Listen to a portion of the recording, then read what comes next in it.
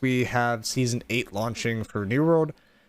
Seasons are supposed to last 3 months. They tend to not really last 3 months in New World, but they go around that time. And Season 8, from a high level, seemed to be relatively PvE focused with kind of minor PvE changes. New World as a whole right now, isn't in a wonderful spot by any sense of the imagination, but it's about where it normally is. Like I've said this in the past, and it still kind of continues to be where New World is a very seasonal game where people come back to it about once per year. It'll peak. AGS will make some money off of new content, and then it will kind of fall off. There won't be a lot of content released, and then it will peak, and then it will fall off, and then it will peak. But it tends to peak around roughly at the same time, like every time an expansion drops, like every time once per year. The last peak we had around 60,000 players. The peak before that had around 80,000. This is just on Steam. We also added in console as well, so there should be a lot more console players. Hopefully that kind of make up for, honestly, the loss of dev time for the last year. But currently on PC, if we look at like a good weekend or something like that, like if we look like maybe over here, so we're like what, 8,500 playing concurrently. So more likely it's probably around like 20-30,000 people playing the game on Steam. Probably like another 20-30,000 I'm guessing on console, maybe even more than that because it's a little bit more fresh to them.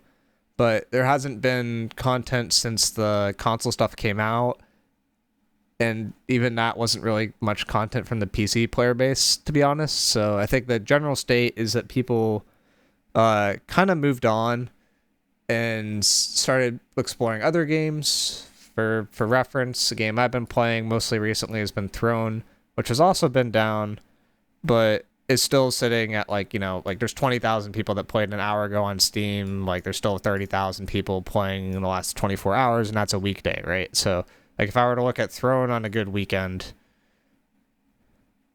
we're at like what, 40,000 players playing at the same time, so you expect like probably 80 to 100,000 people playing it right now. And this game is like, I think generally considered to be dying, and it's in a very healthy spot compared to where New World is, but it's not exactly comparable because this game came out recently. There was a new content expansion that came out recently, and it's like generally everything is a little bit more fresh for Throne. And then the other game I've been playing a lot recently has been Albion, which has just been out for forever. There's this Albion Steam, there's an Albion Mobile, and then there's an Albion client itself, which won't be tracked. But Albion in general is very high pop. I know this isn't really accurate because I had a war a few days ago, which was the like big alliance versus big alliance kind of thing is like what I mean by this. And there were over 1,000 people participating in that alone, and that's just like elite endgame level PvP players. So there's a lot more to that in this game, and that was crazy, and that was happening like on reset day. So that was like one of these like probably 14k peak days, but there's a lot going on there. So it's like New World in general compared to other MMOs. Like if I compare it to Albion, it's not holding on to people nearly as long. Albion's been out for like 10 or 11 years, something like that. Like I think it came out in 2014. If I look at Throne's been out more recently and has taken a lot of like the New World market share.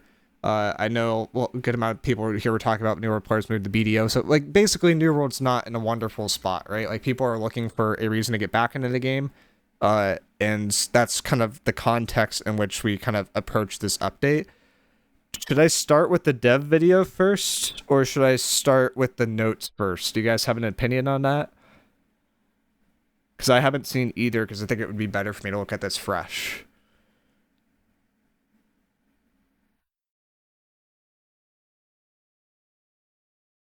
No opinions?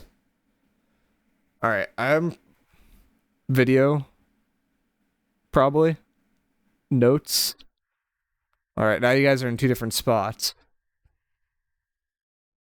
Maybe let me do notes real quick, because the notes will probably be... Or let's at least do roadmap. The video is long. Okay, so we probably do want to start with notes then. Or at least a high level of the notes, see the context, and then go into the video. We could at least look at the roadmap at the beginning here. So next season, season 8, we got an OPR map that's coming out. We have a preview of Capture the Flag. We have a preview of a new 3v3 map. We have a bare bones OPR, which I believe is just OPR with no perks, so it's just like flat power level. So it might be easier for them to balance. It might be easier for people to kind of get into with. There is a seasonal world coming out. There's the barbershop coming out, which was supposed to come out a while ago, but finally is coming out, which is good. Expeditions Unleashed. I don't know what that is yet. Combat and PvP updates, artifacts, perks, and seasonal events. So there's a good amount of PvP content in theory, not as much PvE content. Here are the notes if you need a link. I've got it right here. But good to know. In development, we got new zone. Well, let's talk about season 8 first. So it's like the immediate thing is like, do I come back? Like the immediate thought for me is, there's probably not like enough content here to necessarily bring people back, but this will definitely keep people playing. And I think this on top of an expansion would be a good reason to like give the game another shot. But it's like if you were to give the game a shot with this amount of content, like it would probably last you maybe a week or two if I had to guess. Unless you're like a really, really hardcore like OPR player. Like it doesn't seem super significant enough, but maybe it lays like some groundwork that can be used further on. It's good that they finally got to a new OPR map and they're starting to explore other stuff. But to be honest, the game was originally came out as a PvP oriented game, immediately pivoted to be a PvE oriented game, and in the sense that they're prioritizing like PvE content over PvP content, and like the fact that the OPR map comes out like 3 years later is like wild, especially because most of the PvP player base has moved on. But it's good that they've actually finally done that, I suppose. In development, seasonal server is PvE. Gotcha. So there's some form of PvE then, at least. In development wise, we got a new zone, new raids, a new weapon. Okay. Raid difficulties. So kind of like expeditions, I imagine. OPR map 3. Good. That's something I kind of want to see. Procedural expedition mode with extraction. That will be kind of interesting. That's actually an interesting thing that New World actually probably could do well. Now that I think about it, considering it had like the survivals roots. New PvP mode, pickup wars, endgame progression systems overhaul, Umbral V2, set bonuses, new heart rune zone up level, endgame reputation systems, customable HUD, attributes saved with gear slots, and global storage. So like of this, like basically the PvE content is raids that's going to be coming out. And then there's a good amount of PvP content that's also coming on top of that. In development is equals expansion, in my opinion. I think it will be along those lines, or it might come out next season. If next season's not the expansion, like some of that might come out then. The biggest thing that New World needs to execute on here is just the raids, in my opinion. Like the other stuff is very helpful, and I think it'll be good for laying a foundation, but in terms of like actually getting people to continue to play the game, like when you think of an MMO, like raids tend to go with the MMO, and if it's not there, it's just like a very, very casual experience, which is kind of where New World is right now. It's just a super casual MMO, and that's perfectly fine, but it still kind of needs to prove the fact that it has some of those capabilities, and I think the raid will be a good spot for that. Umbral's V2 are a very, very welcome thing. New heart runes are a very, very welcome thing. And then like I think all of these other options like just kind of need to be there, but these are kind of like the expectations nowadays. Like pickup wars has been a thing, and Throne of Liberty, it's been fantastic, and it's one of the reasons why people like that game so much. Customable HUD's been in Throne of Liberty, and it's fantastic. Customable HUD got moved to Albion in the last 6 months. Between the last 6 months, I stopped playing and then played again. And that's been crazy impactful and is very, very nice and fixes a lot of the fundamental problems with large-scale PvP in that game. Because there was a problem where you can't see people coming to attack you, and now you can move the pieces that were in the way before. So that's been very, very helpful as well. It seems like they're heading in a good direction. It's just, like this is like kind of adding content after people gave the game another shot with the console stuff. I think people will come back to try the raids. So like I think that's enough of a thing where people will probably give it a go. Which is like there has to be enough content for people to actually stay again. And exploration, we have more weapons, ranked PvP, new raids, company hall with storage, new zones, invasion mode with difficulties, new seasonal worlds, gardening, farming, territory system overhaul, new exploration/collection systems, influence tower, claim, siege system with building, zone up levels, account-wide progression, all instance content available in matchmaking, and new travel mechanics. So maybe ships? 2 years too late. I mean, that will be the common theme for all this. This will be a very interesting game to study from like a developmental cycle perspective. But in terms of like what they have now and how they could actually progress the game, I think this makes sense. The main thing that they lacked, right, in terms of New World as a whole, was renewable content. And the stuff that's coming out is a combination of content and renewable content, right? Like if you introduce raids and then you introduce raid difficulties, okay, now I have my content, which is the raid, and I have my renewable content, which is the raid difficulty. And like OPR maps, like PvP in general is just always renewable content because metas can constantly evolve as long as you balance things at some point.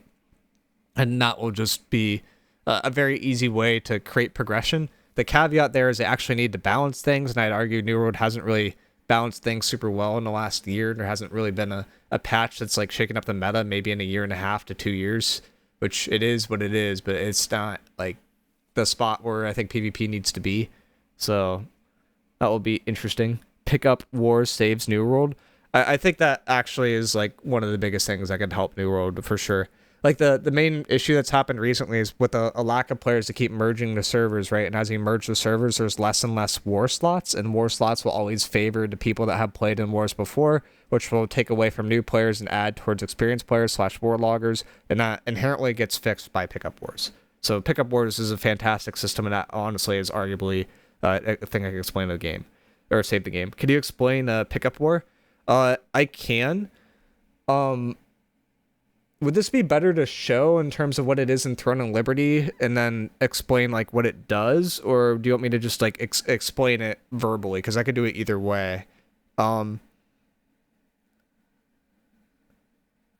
me boot up Throne and Liberty real quick, and then I can explain it in terms of the context of what I'm familiar with. Because I think it would be good to have a visual instead of just like talking about the entire time.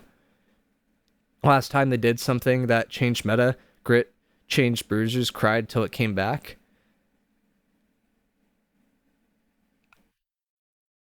I feel like the meta changed when Firestaff became OP. Like there was a while where Firestaff was considered to not be good, and it's been OP ever since the Firestaff rework.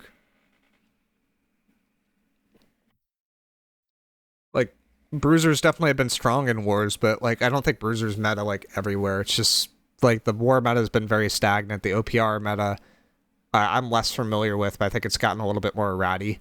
Like a lot more like kind of individually minded builds. But I will show off the thing. And hopefully not get dragged into some Throne of Liberty content right away. Which I think I'll be okay for at least another hour, so we should be able to get through everything. So let's show pickup wars, right? So what pickup wars in Throne of Liberty are called are war games. And with war games in Throne of Liberty, you have a combination of public and private war games. You can join any public war game you want, and private ones you have to enter in a passcode to join. So you can basically practice versus people that you want to practice with and like set up like scrim, so to speak. Or you can just join a public one just to get experience overall. I feel like a system like this is just generally helpful. You can create a new game, like this is like whatever type of like conflict thing it is. You could choose where that happens. I could choose like Windsward. I could choose Everfall. You could choose like the time. Like all this stuff is like helpful, but the primary thing is that you have a public game that anyone can join. You have a private game that People can join specifically if they want to practice, and then from there, you just can get reps in, right? And if you can get reps in for war, and you aren't just warring once a month or something like that, then you can actually consistently get better.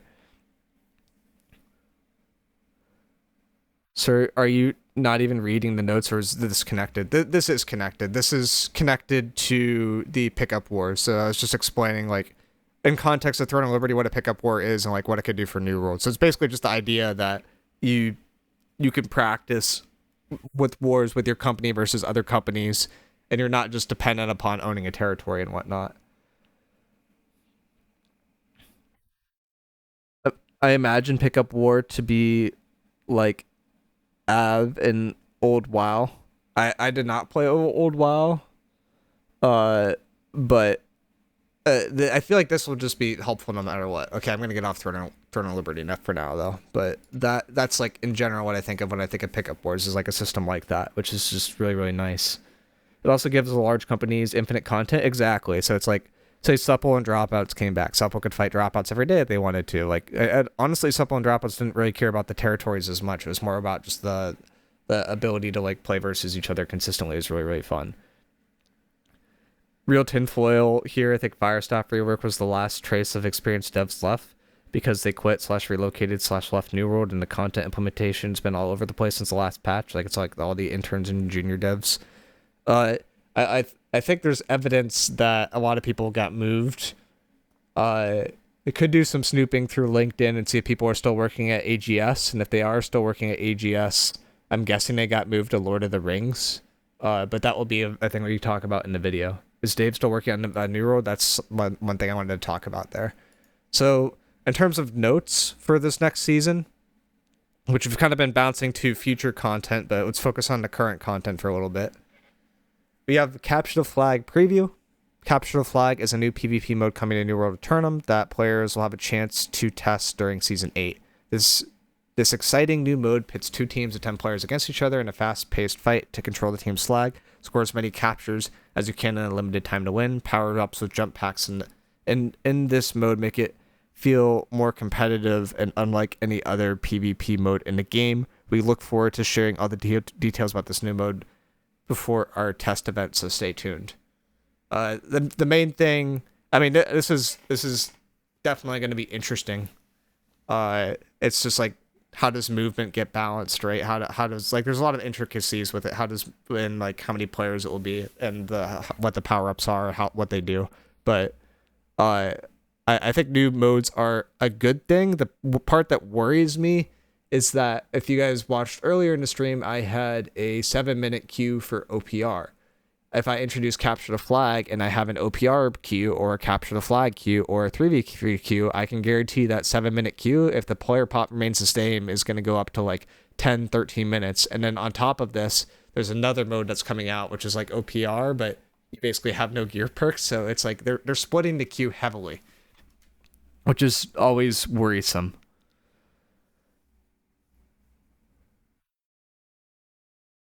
So it's just like, if the queue doesn't pop consistently, then people might not want to play because there's a long queue. I think that's one of the reasons why I stopped playing Overwatch a lot, is because I got to high enough rank where my queues are like 15 to 20 minutes. And it was just like not fun at that point. But having competitive games sometimes is also more fun than, having a long queue. Like, you'd rather take the competitive game, so kind of works both ways. Outpost Rush, Bare Bones. This is the other mode. Bare Bones is a new spin on OPR that attempts to level the playing field completely. In this version, all gear perks are disabled. Everyone is bumped up to max gear score. If you feel like your gear isn't good enough for PvP, or you want to prove that prove that you're better than your gear, join us. Okay. So more skill based, favors towards the action content will generally be more balanced. Less customizability with your build. Definitely sounds like a good thing for like newer players. I just don't know how often this queue will pop. And then they're adding another 3v3 map. It's going to take place in an ancient temple grove. All right. So now we have 3v3 maps.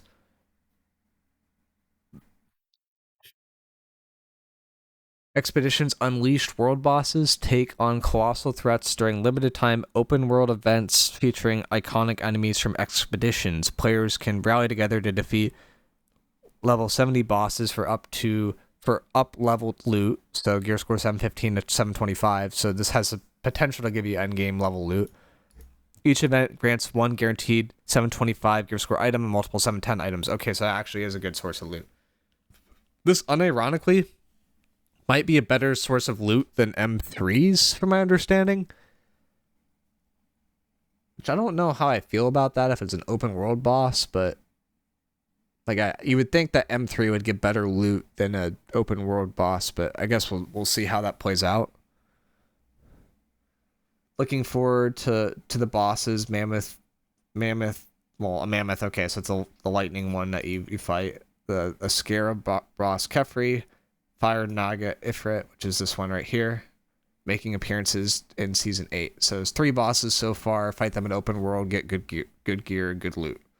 There's this seems like a nice thing to add. I imagine it's somewhere between, a dungeon and a chest run in terms of difficulty, so not very challenging, but I do like how these feel on Thrones. I'm excited to see where this goes. We got the barbershop, finally. So if you made an ugly looking character, you could finally make it pretty. If you made a pretty looking character, you can make it ugly, or you can do whatever you want in between. I wonder how many people use this for like RPing and stuff like that. But so that's finally added. This is good. This was kind of leaked like probably close to a year or two ago, but it's good that it's finally making it into the game. Should be similar to Transmog in the sense that there's a lot of customizability with it and kind of unlocks a new kind of endgame system there. Are odd that they aren't releasing name changes. Yeah, you would think that would come with it, right? Like you would think you'd be able to change your name. You think you'd be able to change how you look. You think you'd be able to change your how your gear looks as well, but alas, they aren't there yet. We got the seasonal events and bonuses, springtime bloom. Oh, okay. All these are just like the same ones that have been there before. Season pass rewards, some new skins. Free track includes some artifacts. I think we just get into the artifacts now. Unless anyone has anything you want to talk about for the other stuff, but I don't think we really have that much to talk about in terms of the artifacts. I imagine pickup board. No, I already read that one. But it seems like there's okay amount of content for next season. Biggest worry is splitting the queue, and I don't know if it's enough to bring people back necessarily. But it's in the right trajectory, I guess. New artifacts. You got the old crown, which is a headpiece. Don't know if it is a medium or heavy headpiece, but we know that that there are 2 artifacts per gear type, so there'd be 2 light helms, then 2 medium helms, and 2 heavy helms before they introduce a third light helm. So we know it's medium or heavy, and it gives plus 10 to all attributes. Comes with a bonus gem functionality. That means that you could have like 2 gems that can go any way that you want. I imagine this will be borderline broken in the sense that it's always really, really nice to have extra gems because they give ABS. But at the same time, like, an extra 2.5% to, like, all elemental isn't, like, a make or break, so. But it sounds like it could be competitive. I'm still in the same stance that I was, like, a year or 2 ago, where generic artifacts that just give general power boosts tend to be really OP in this game. So, like, Featherweight, Tumbler, which just, those, like, basically work on all the builds that you want. Void Dark Plate. Like, those 3 artifacts can basically work for 90% of builds in the game. You don't even have to think about changing anything. But in PvE, it usually gets a little bit more optimized, and this is one that could be better there. And depending on what the gem functionality it is, it could be viable in PvP. Relentless Tower Shield, Team Armor, Aura, and Enhanced Healing. This will be interesting. You found your new toy? Yeah. Depending on how it's implemented, it could be meta breaking. There's definitely an argument that SNS is already good enough and you don't need more defensiveness on that class because it's already hella OP. like 30% ABS as an aura is like beyond broken, beyond what anything I've ever seen in any other game in terms of tank power. Um, like it's just straight up hold right click and you mitigate like effectively roughly 40% of incoming damage to everyone around you, which is ridiculous. But maybe this is a way to even enhance that further. Or maybe this is a way to kind of create more team-oriented builds, or you have someone that's like super, super squishy, and you have someone else that, you know, gives them armor of some kind, and that plays out into some sort of like thing where you can optimize for like small scale content as well. So you have like someone that's super, super squishy. The instant thing that this reminds me of is like the flail ultimate that never really took off, where you take damage for other people effectively. The problem with that one was that it used their absorption status, so taking damage from them when they were super squishy basically just nuked all the heavy people because you didn't really get the benefit of being heavy.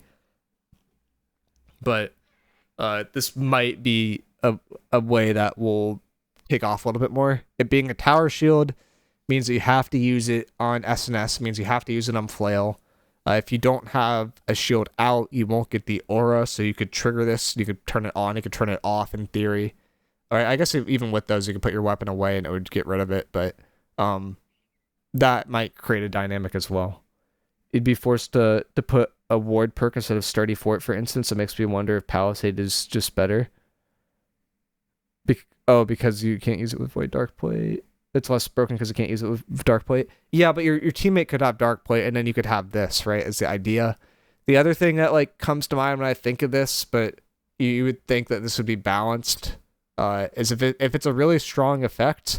Like Albion has this armor piece called Demon Armor, and what it does is it makes you less tanky, but it makes people around you more tanky, and it also reflects damage that's incoming to other people back at the attacker. So it's basically really good if you're getting like attacked by a bunch of people that are really squishy and are trying to like one-shot you, and you can just one-shot them back, but in return you become super, super squishy.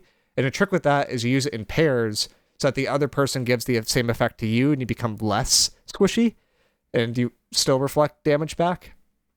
So that's something to look out for here as well.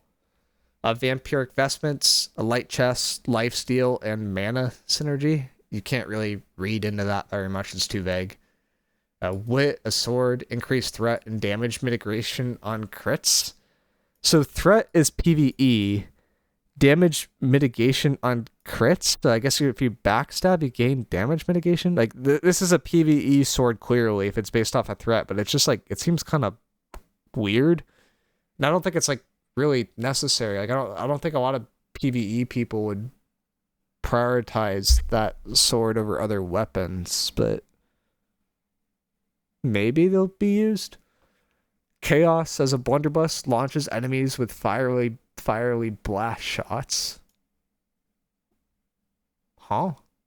Like, I don't even know how you read into that with that description. But launching people's fun. Maybe we'll talk about it more in the dev video. Runic Greaves, heavy feet, speed boost after using heart runes. Okay, that's not going to get used at all. Like, it's way too conditional. Lich gloves, light hands, and power stacking with ability usage. If it only, like, if it's like the artifact that it's like you gain power until you use your next ability or something like that, it's going to be utterly worthless. But if it's just like generic power as you use abilities with like a cooldown, it could actually be used. Lich gloves, dear God, that sounds bad. Yeah, I don't know. Like most of these sound like the age-old, like, hey, we released like 8 new artifacts, but only 1 to 2 of these are viable. Like I wouldn't really like read into these very much. Tech enhancements, improved performance and visuals for NVIDIA GPUs. There's a setting that Throne of Liberty has where if you have over a 40 series GPU, you can enable it, and it basically just straight up doubles your frame rate. It could be that, but I don't know for sure. The reason why I lean on that is because AGS is the publisher, right? And they're connected. God, I am losing my voice. And so it's something that could be ported over. Lich gloves could be good for musket and for fire staffs. Yeah. Empower stacking with ability usage. Yeah, it could be good for those. It's just like, do you want empower stacking or do you want like flat power, right? Like maybe you just want straight stats. Maybe you want to you use the medium pants. Maybe you want to use old crown. Like it's just like conditional off of that, but it could be good. Combat and quality of life updates. PvP camps, open world PvP is getting upgraded. Flag players or PvP will now be able to place or bind with faction only destructible camps. Can they bind to non-faction camps? If they can't, then this is really cool. Hunt down and destroy enemy faction camps. Yeah, this is really fun. This is just good. This is just solid. Now you don't have like the stupid fights where you're just fighting around a tent where people keep respawning. Like dying actually matters. It's not just like a random kill fest in the middle of nowhere. Ready up, start PvP matches when enough players opt in. Alright. Spectator cam, watch the battle after death and select game modes. Alright. I'd be sick with the new influence rework, better rewards plus no missions. Yep. Burst regen pots. A small burst of healing followed by a passive regen for a duration. So it's like a health and a regen. Okay, so if it could proc, like if it has a shorter cooldown, it could proc like the bonuses that you gain from earrings, then I could see it being good. But generally when I need HP, I want a lot of HP. I don't want to like a little bit. So like I'd prefer to get like a big chunk of HP and not just like a small amount at a time and have to spam the button. Plus, I imagine these will cost more than a standard health pot does. And don't feel like spending that much on health pots. Lich gloves with spear. Oh, the ones that give you ability damage. I mean, it just depends how the perks play out. I would need to see the perks, but immediate thought with spear is that doesn't really make sense because Tumbler is way too good because spear doesn't have empower and Tumbler solves all your problems. Health shot potion, similar to a health potion, but provides less healing, but can be used more often.